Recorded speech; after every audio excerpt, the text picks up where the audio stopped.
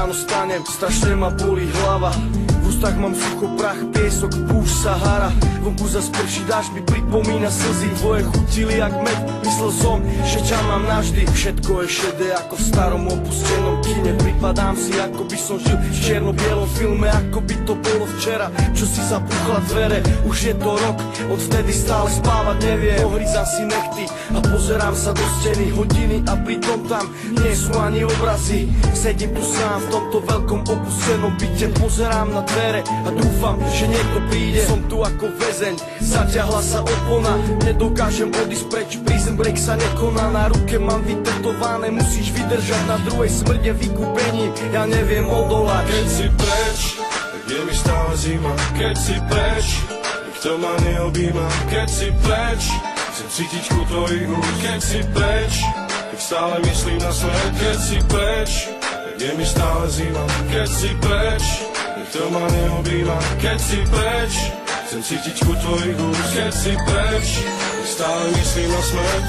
Pozerám na telefón, celý deň nik nevolá. Trhám si vlasy a hlavu mám už do hola. Potom mi zavolá s úsmevom, že videl ťa, že bola si tam s iným, že si sa strašne bavila, že vyzerá to tak, že naozaj šťastná si. Prečo zúrim, prečo ma to vôbec neteší? Plačem, kričím a búšim pesťou do steny. V hlave počujem tvoje slova, sú ako ozveny. Sedím skrčený a zlomený v rohu izby. Oblepil som okna, potrebujem sa skryť do tmy.